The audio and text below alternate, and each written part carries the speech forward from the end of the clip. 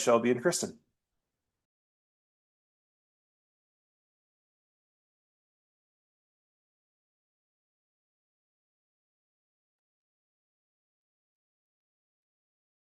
Oh, you can't unmute. Oh, Okay, there we go. now I can unmute. I was trying to type that as well. Okay, can you Good. hear me? Yes, all set. Perfect. Okay, let Oh, me share my screen. and you can hear me now too. Yes. Yes.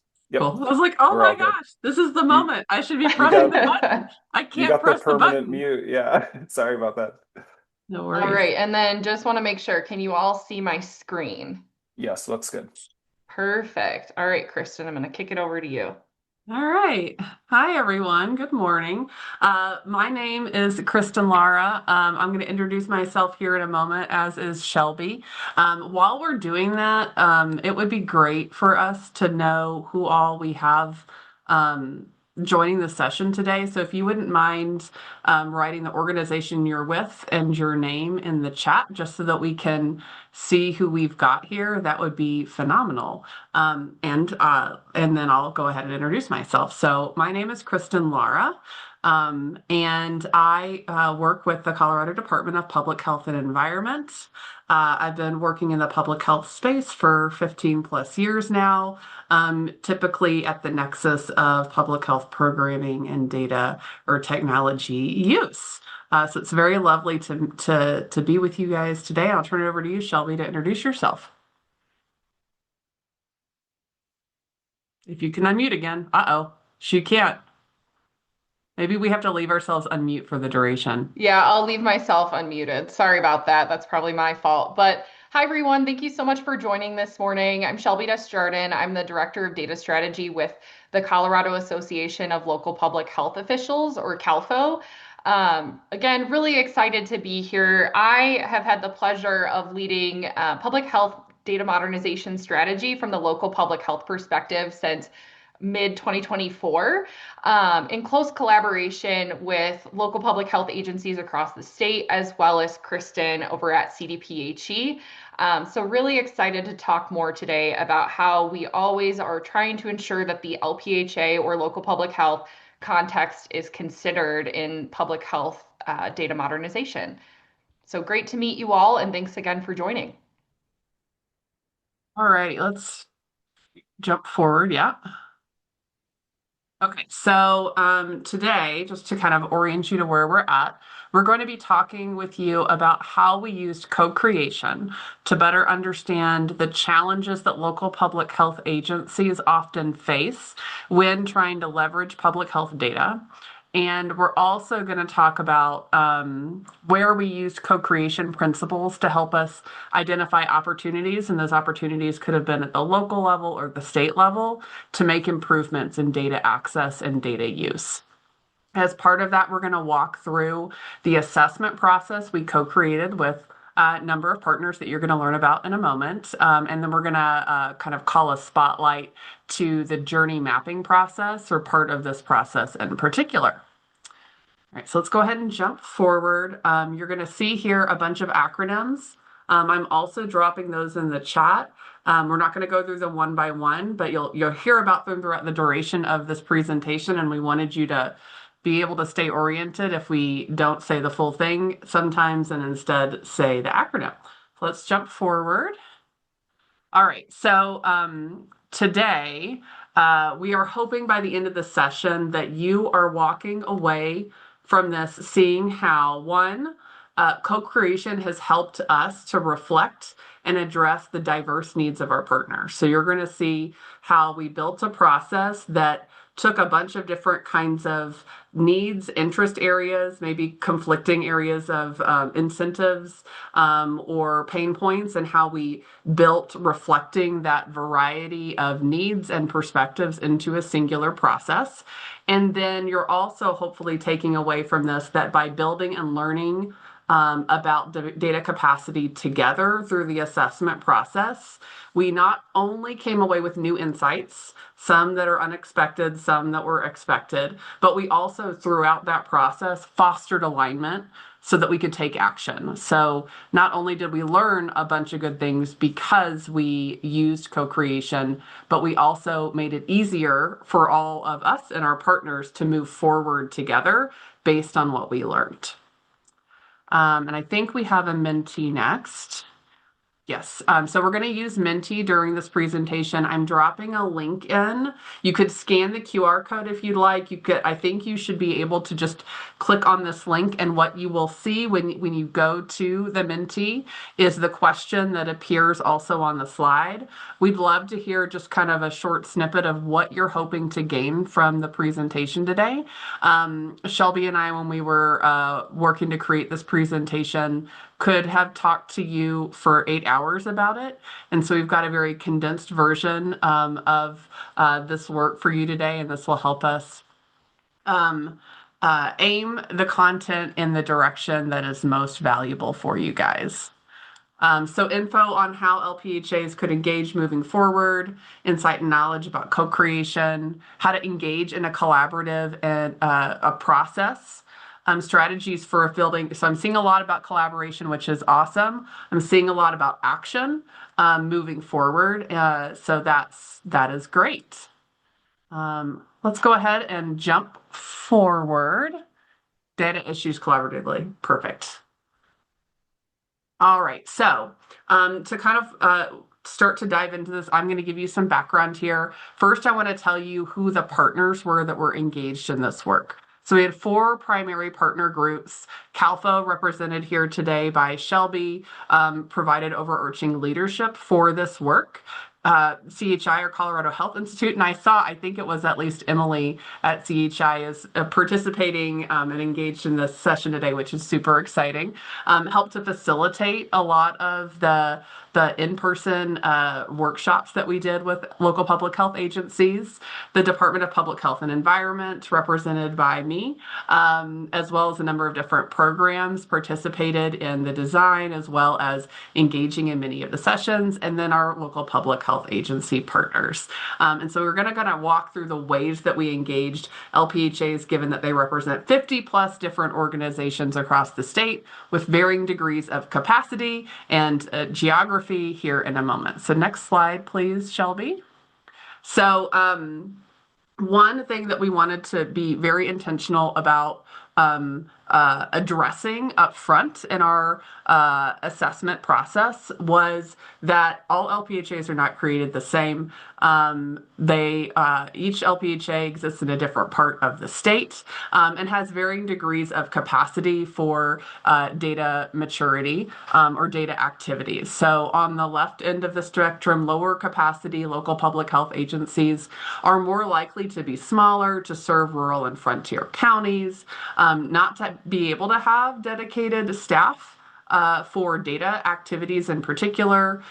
They might lack the capacity or resources to pursue advanced data practices and are unlikely to build additional data capacity internally and rather need those services to be provided to them. So that's at one kind of end of the spectrum of local public health agencies. And then on the other end of the spectrum is higher capacity local public health agencies that are more likely to be larger, have existing data capacity, serve urban counties, have dedicated data staff, and are ready to invest time in improving their data practices. And so, as you can imagine, if we're trying to understand what challenges local public health agencies have in accessing or using public health data to make public health decisions, the needs of a lower capacity LPHA are going to be pretty different than the needs of a higher capacity LPHA. They have the same goals, but the ways that they might go about them, what they need, what kind of support they need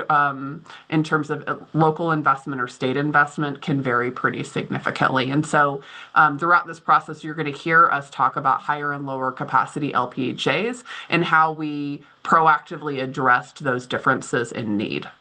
Next slide. So in addition to having different levels of capacity. We also had LPHAs that were located across the state.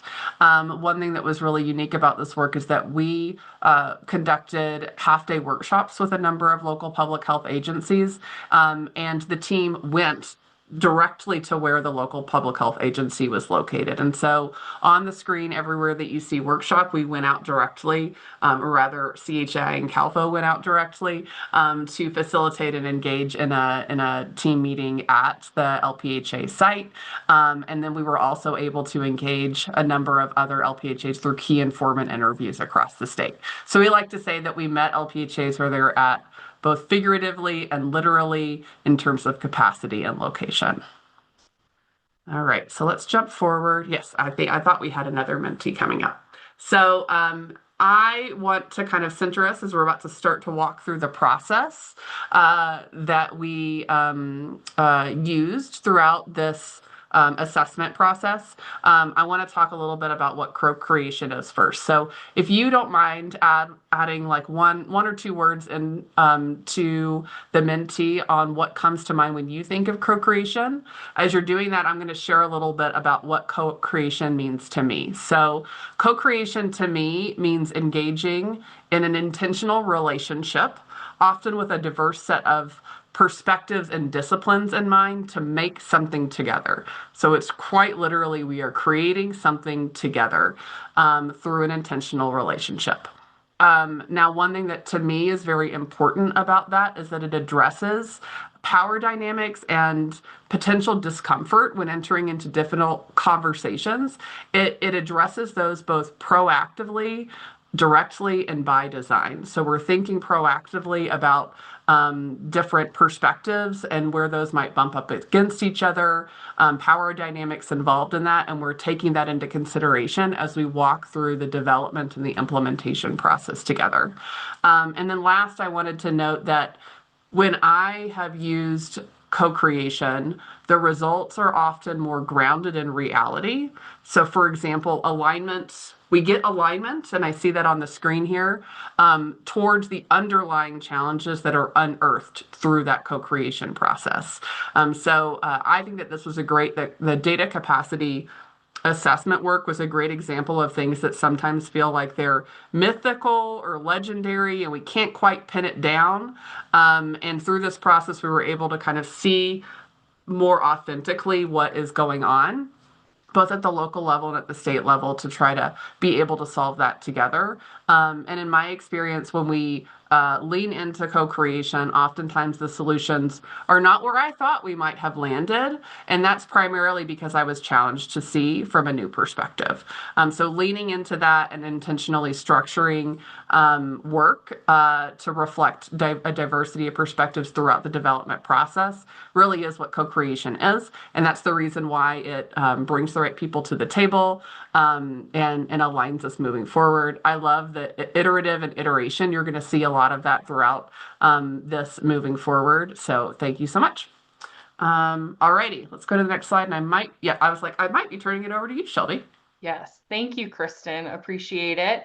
Yeah, so now we're going to walk through the assessment process itself. I'm going to provide a high-level overview of how co-creation applies to this overarching process from start to finish. And then we will also spotlight journey mapping specifically with some kind of tips and tricks for how you might be able to take this to your own organization and use this, locally. So to start, one thing I want to ground us in this process is that co-creation was really present throughout. This was not a process where co-creation only appeared one time, two times, for example. We made sure intentionally that co-creation was part of every single step of this process, from development to the report out. And even now, as we're taking action on some of these findings that you'll hear a little bit more about. So starting with development, we co-created this process with CDPHE, CALPHO, CHI, as well as our LPHA partners. So we had LPHA advisors that were at the table as we, for example, prototyped this process, decided how we wanted to go about this. We got continuous feedback on this process throughout. And obviously, iterative and iteration came up in the previous word cloud that Kristen shared. And that is very much a common theme of this entire process. We were constantly iterating and trying to improve this process to make sure that it was accessible for LPHAs across capacities to engage. And you will hear me say that often because it is really the grounding principle of this whole process. We really wanted to make sure that we weren't just asking questions and gathering information. We wanted to make sure that this was actionable and that also all LPHAs had a place at the table, which I know at the table was another word that was mentioned in the previous word cloud. So just want to really ground us in the fact that co-creation was involved in every stage of this process. Additionally, in the development stage, even once we had gotten LPHA feedback on the routes that we would take, we piloted this process with 2 LPHAs that sat in both rural and urban counties to make sure that we were, again, capturing capacity and also piloting our 2 different processes, which were key informant interviews and journey mapping workshops. So these 2 engagement routes, key informant interviews and journey mapping workshops, were intentionally created to make sure that all LPHAs had an opportunity to thoughtfully engage. The key informant interviews in particular were more so tailored to local public health agencies that might be smaller, might have less capacity or time to engage in a half-day workshop, for example. These were 2-hour virtual sessions. So even though it was 2 hours, it was a lot less time than a half-day workshop and a lot less staff time, for example. So the primary agencies that engaged in these interviews were our rural and frontier agencies in Colorado. But again, was an intentional choice to make sure that there was an engagement route for our smaller agencies, as it was very important that we were capturing all capacities in the findings from this process. The second route that agencies could opt into or take were journey mapping workshops. These were half-day in-person sessions that included a facilitated baseline assessment as well as a collaborative journey mapping exercise. So our partners at CHI facilitated both the baseline assessment as well as this journey mapping workshop. And again, these were obviously a little bit more time intensive. So we're a little bit more geared toward agencies that might be a little bit larger, might have data teams. This wasn't restricted in any way to geography. So we did have some urban as well as rural agencies that opted in based on the capacity. Following those 2 routes, we also had a statewide workshop, which convened data partners from across the state. So this included CALPHO, CDPHE, our local public health partners, other data partners from across the state. And really the goal with this was to take what we learned from the previous routes and really identify, okay, what is a common theme that came up very frequently that we can focus on and iterate on and ideate on and find collaborative solutions for. And so having all of these partners at the table really allowed us to co-create recommendations and opportunities for improvement and make sure that those were grounded, especially in the LPHA context. You don't know what you don't know. So making sure that we had everyone in the room was really important, and making sure that everyone was on the same page and had a mutual understanding of how we were recommending moving forward. For the statewide workshop, we specifically focused on data access, which was a barrier that came up time and time again during our previous workshops and interviews. So just as an example of what we actually discussed during that process, we focused on data access and had all of the data owners in the room that, had something to say about that process, along with our local public health partners. And so I'm going to quickly see if Kristen has anything to add here. I think that this process really highlights that all of these parties showed up in a vulnerable way to make sure that we had honest and transparent conversation. And so from the CDPHE perspective, would be interested to see if you have anything to add here. Well, I will just add that I think it can be really hard to unpack where things aren't going well, no matter at what level. So like this could be in the journey mapping workshops, you've got a number of different LPHA roles reflected in the same room. Some are more dependent than others on like certain activities being completed in a timely fashion, for example. taking that and leveling it up to the statewide workshop, we worked very hard to be able to authentically represent what CDPHE is able to provide and what we're not able to provide, why our processes look the way they do, and then be open to change related to those processes. And I think leaning into that sort of vulnerability is something that made this particular project, I think, special or potentially different than past iterations or versions of this, where it might have been a collection of what local public health agency needs are, but less so an openness and a willingness to enter into that conversation very dynamically, instead of receiving a report and reviewing a report, to enter into an engaging conversation in I think a like kind and supportive way across the board. Did something that I think was very different than we had in the past. To me, that does speak to how we did this together, and is one of the reasons why the outputs of the information collected through the key informant interviews and the journey mapping workshops, them as an input into this very dynamic dialogue across the state around what's working and what's not working, and ideation on what might work better, being willing to engage in that conversation in real time, I think enabled us to have more meaningful action steps coming out of this. It wasn't just a report that explained what LPHA challenges are. It was a report that also reflected on those challenges and what opportunities and constraints exist to be responsive to those challenges. Thanks, Kristen. Yeah, and I really want to emphasize the point that Kristen just made about being responsive to the challenges. I think one thing that is different about this process is that it wasn't just information gathering. We wanted to make sure that people were able to walk away with actionable steps to move forward, and that we weren't just generating another report into the universe and not doing anything with it. So we'll talk more about the actions that are being taken, potentially if we get into that with discussion later, but just want to mention that that was very, very important to us. And I feel like this statewide workshop really made sure that it was, again, grounded in this partnership that existed as well. The final step in the process was a report. So I know we just kind of mentioned we don't want to just publish a report and not move forward with that. So it's a report plus action. So we are currently, as it stands today, working on this implementation and action steps. And that's less of the focus of the discussion today. More of the focus today is really this co-creation piece. But one thing to mention, even with the publishing of our report in June of 2025, is that even this had a co-creation component. So after all of these different engagement routes, the statewide workshop, et cetera, obviously we had a lot of information. We had generated different recommendations based on discussion in terms of how to best move forward for both the state, for CALPHO, as well as for local public health agencies. And we still made sure that we got feedback on those recommendations and opportunities for moving forward.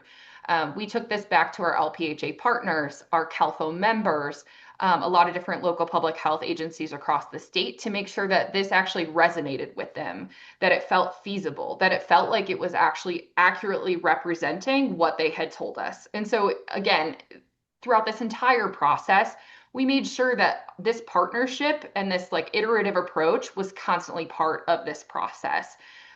So really just want to mention that even the report and even that like final synthesis of all of this information involved all of our partners at the table. Okay, so now what we're going to do, we're going to do a deep dive into journey mapping. And really quickly, I wanted to get a sense of what experience do you have with journey mapping, if at all? This can be your best guess. We have anything from no experience to extensive experience leading or facilitating journey mapping, and are just curious kind of who we have on the call today. So if you could just take a moment to answer, then we'll dig in a little bit more. So seeing limited, no experience, which is totally fine. I think that we can have a really awesome discussion about this today. Just give it a second here. One extensive. All right. Seeing responses slowing down, it looks like the majority. So we've got about 10 responses that fall into the no experience or limited bucket. So at any point throughout this conversation, please drop any questions that you have into the chat. We will also have time for discussion. But if there's anything that I don't talk about when we talk about journey mapping or our process that you're interested in, we can definitely make space to talk about that further. Are happy to dig into this as much or as little as you're wanting to. Okay, so our journey mapping workshops essentially had three different components. The first being a baseline assessment, which I will talk more about. Then we actually did the journey mapping of LPHA use cases. And then following that was action planning. Again, this was very intentional that we made sure that there was always time at the end of these workshops for action planning and opportunity. We again wanted to make sure that it wasn't just an information gathering activity and that LPHAs were able to walk away with something that they were immediately able to take action on. So starting with the baseline assessment, the purpose of this was to help agencies better understand their data capacity.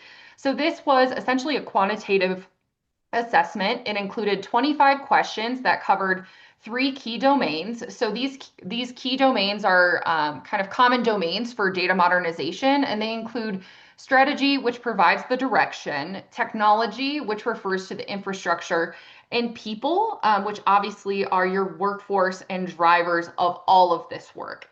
From my perspective, that is probably the most important component of this as we were moving through this process. This assessment was based on PHII's building an informatics savvy health department toolkit, so their self-assessment tool, as well as the Public Health IT Maturity Index questionnaire, and was adapted by the Colorado Health Institute in collaboration with CALPHO as well as CDPHE. One thing to mention here is that this is a quantitative assessment. So you can see on the right-hand side, there's these 4 different levels. Participants in the assessment would score answers to questions based on these levels. So for example, there were questions that asked about like whether or not you have a data governance policy or a data retention policy, things like that. And essentially the agency would score themselves based on these 4 different scoring mechanisms. So starting from learning, which means, okay, I'm really new to this and just starting out, kind of getting your feet wet, maybe actually haven't even really approached it yet, to 4, which is optimizing and more advanced. One thing to mention here, and the key takeaway that I really want to make sure is evident from this slide is, although that this is a quantitative assessment and did provide us with some, good information on kind of where our journey mapping participants landed when it came to data capacity and gave them that information as well. I would say the biggest perk of doing this was that this was a facilitated assessment. So this was done in a way that allowed for collaborative discussion as we were, discussing this assessment process.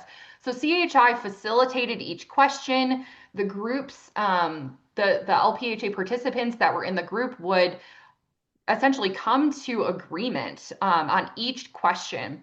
And one thing that was really interesting and something that was a little bit unexpected initially is that this oftentimes created channels of communication that didn't exist before. So this activity brought a lot of different IT professionals, data professionals, directors, program staff, people from all over the agency and county, and really opened up channels of communication that may not have existed before. And so it was really a collaborative process and wasn't just an assessment that somebody just sat down with and filled out on their own. And I think that is what makes this different, and that is what made this particularly helpful, because essentially following these workshops, LPHAs received these results and could identify areas where like, hey, we have some opportunity to improve here. This was in no way punitive either. It was meant to be just a guide, a baseline for people to use to move their work forward. So overall, it really just facilitated communication, facilitated that collaboration and partnership, and I think spurred ideas for how to move forward as an agency as well as county. Following the baseline assessment process, we conducted our actual journey mapping activities. This process was really grounded in human experience, meaning that we would assign a persona to walk through this experience and this process that was identified by the agency, as well as use an agency-driven use case that would allow us to walk through an actual real-world example and be able to glean information from that example. So, to give you an actual concrete example of what this might have looked like, the agency would identify their use case. So, for example, this could be, a data analyst is trying to collect data for their community health assessment. The persona in this case could be a data analyst. And that process would be the current process as is. So, what are you currently doing to prepare for, in this example, your community health assessment? This was by no means the ideal state. We wanted to know the current actions being taken and the current process. The other thing to note here is that we were really encouraging participants to focus on the process, not individual people. We wanted to make sure that everyone felt that they could show up at the table in a vulnerable way to be able to engage with what's working well, what's not working well, etc. And we didn't want this to feel like it was a criticism of one individual's work. So that persona was really just tied to kind of an overarching role at an agency, not an individual person.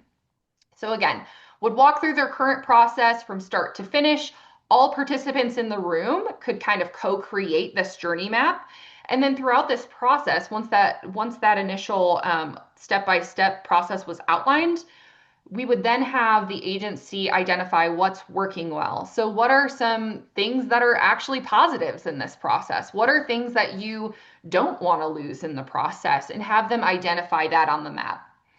Following what's working well, we would then have the agency identify what's not working well. So this is where, oftentimes this is where people initially want to go when we're talking about journey mapping a process that might have some difficulties and challenges.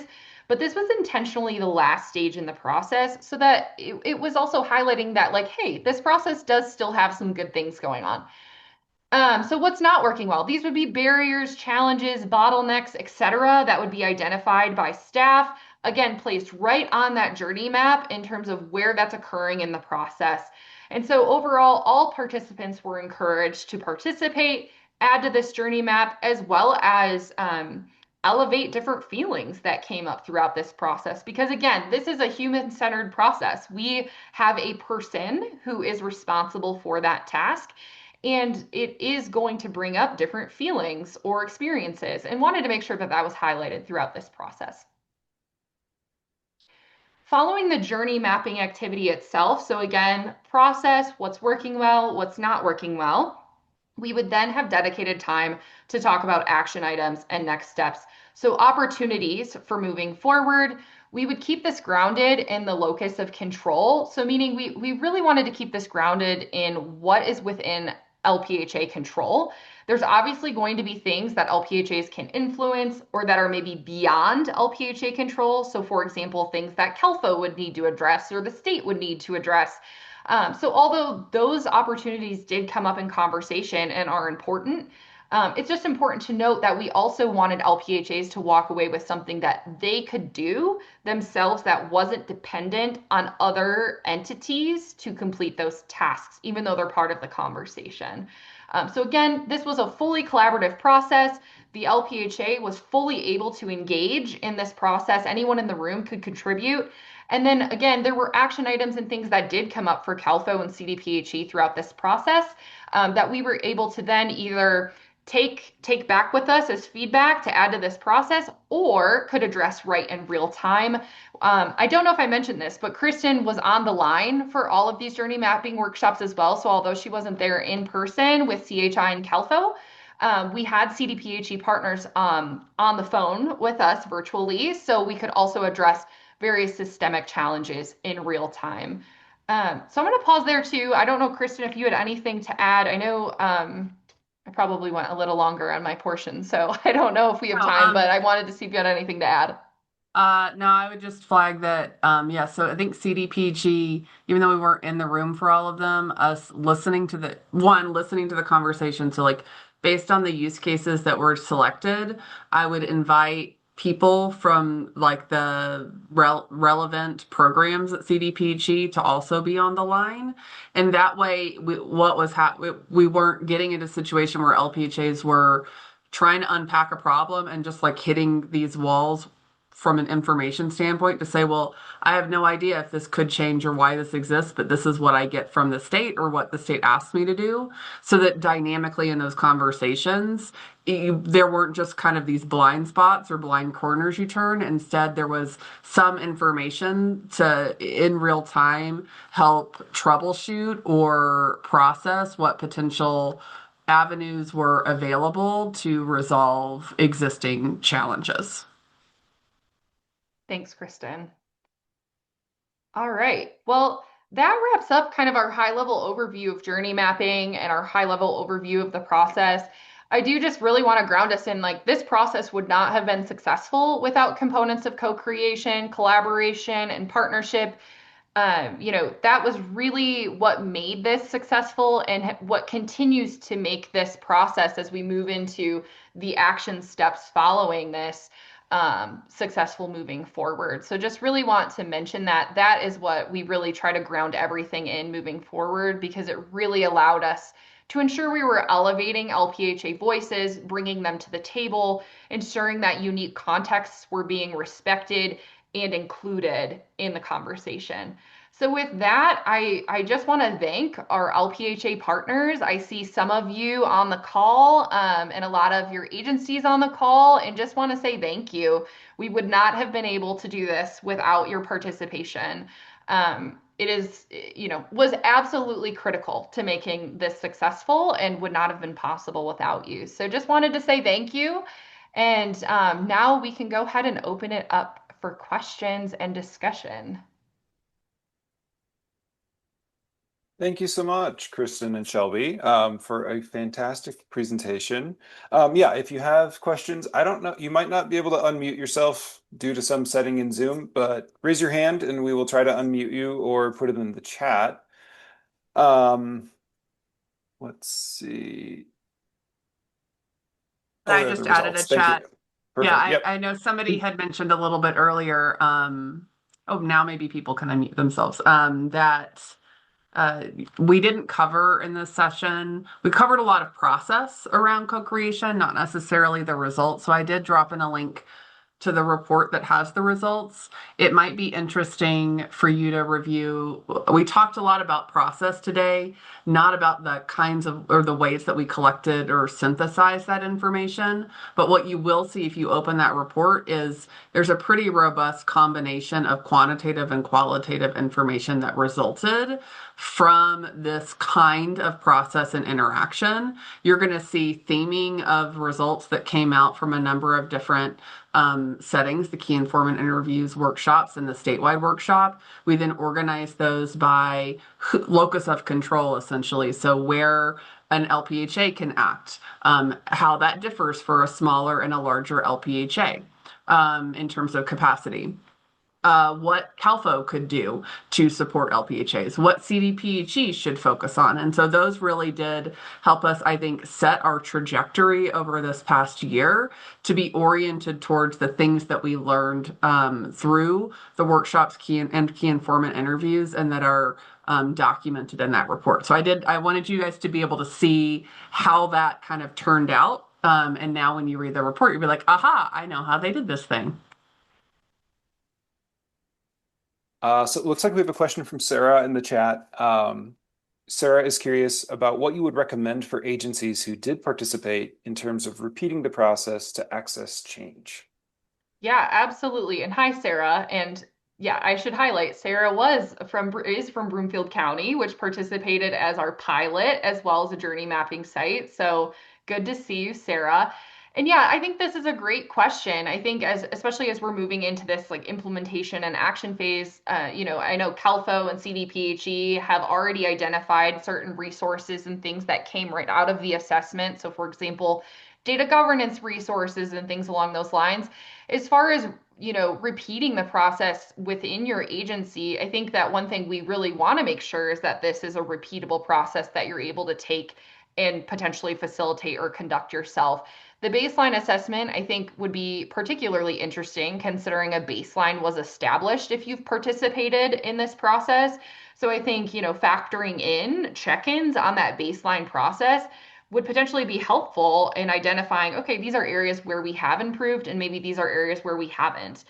And with that said, the areas where you feel that there's still more opportunity might be worth walking through and more of a kind of using that as a use case deep dive to continue identifying, okay, where are we at with this process and where are there areas of opportunity, or where are there resources that have been already created from the previous assessment process that we can now plug into this like particular challenge or issue. But I also want to mention that CALPHO has a lot of different resources, as well as we now have hired a data liaison, for example, to help with various data challenges. So we would also be able to help facilitate in that way, or potentially meet with your agency to see like, okay, like based on your previous participation and based on where you're at right now, these are some steps you could take, or these are things that maybe CALPHO can help you with, that kind of thing. And Kristen, I don't know if you have anything to add to that. Just that I'm dropping the link into the framework. And I think that these are the slides I think are posted in the conference scheduling app. We have an appendix here that includes a number of links. One of those is to the framework that the assessment results are kind of grounded in. That includes a way of like if you're just learning about this assessment and are interested in doing it, there's content on that. As Shelby mentioned, like completing that assessment again or doing gut checks on it. It does guide you through different ways of, based on the assessment results, if this is an area that flags for your agency, here are some potential options or next steps. And so CALPHO has worked really hard to try to not necessarily say LPHAs must self-serve in terms of capacity building, as Shelby said, like they're here to support, but also there is a way for you to kind of review or take this back to your agency if it didn't happen to be something that you participated in or you did 9 months ago and you've kind of forgotten about it and it's something that you want to bring back up with your agency. There's now a website that you can walk through with your agency staff. And Sarah, the last thing I'll say to you, and we'll drop our emails in the chat as well, but if you still have questions or you want to chat about this further, like we are always here to help. And so feel free to shoot me an email and we can also continue to talk through this process or the framework, or see how we can, best help moving forward as well. All right. Well, thanks everyone. That is our time. I'm going to share my screen real quick. Can everyone see a QR code? It's trying to. It's Yes. loading. Okay, excellent. Here's a QR code to the conference evaluation. Feel free to start filling that out. You'll receive emails about it, and you'll see this QR code again. We really do use that information to make changes year over year. So please, data nerds, give us data. But otherwise, yeah, thank you so much to Shelby and Kristen for this great presentation and discussion. And otherwise, we will see you back in an hour for the final lecture sessions. And I'll just leave this up for a few moments. But otherwise, thanks everybody. Have a great lunch, and we'll see you in a bit. Thank you all.